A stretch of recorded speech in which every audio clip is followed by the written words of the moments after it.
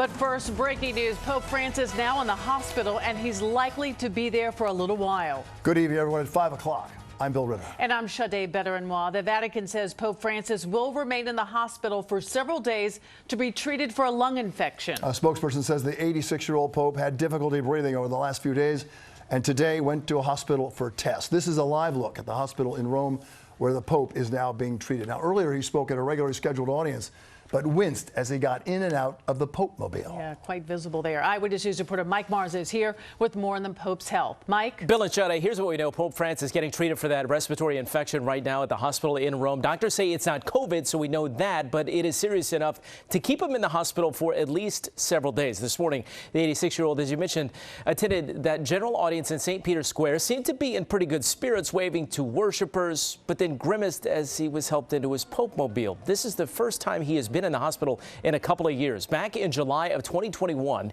he had 13 inches of his colon removed. And as a child, he had part of his lung removed after a respiratory illness. Now, this hospitalization comes on the eve of one of the most important weeks for Catholics. Holy Week begins on Sunday, Palm Sunday.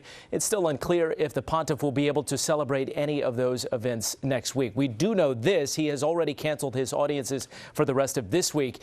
And for more than a year, he's been kind of hobbled by strained ligaments and a small fracture in his right knee, and that really has slowed him down, as you've seen from some of the audience videos coming out of Vatican City. He's used a cane and a wheelchair just to get around. He's put off surgery because he didn't react too well to the anesthesia when he had that colon operation a couple of years ago.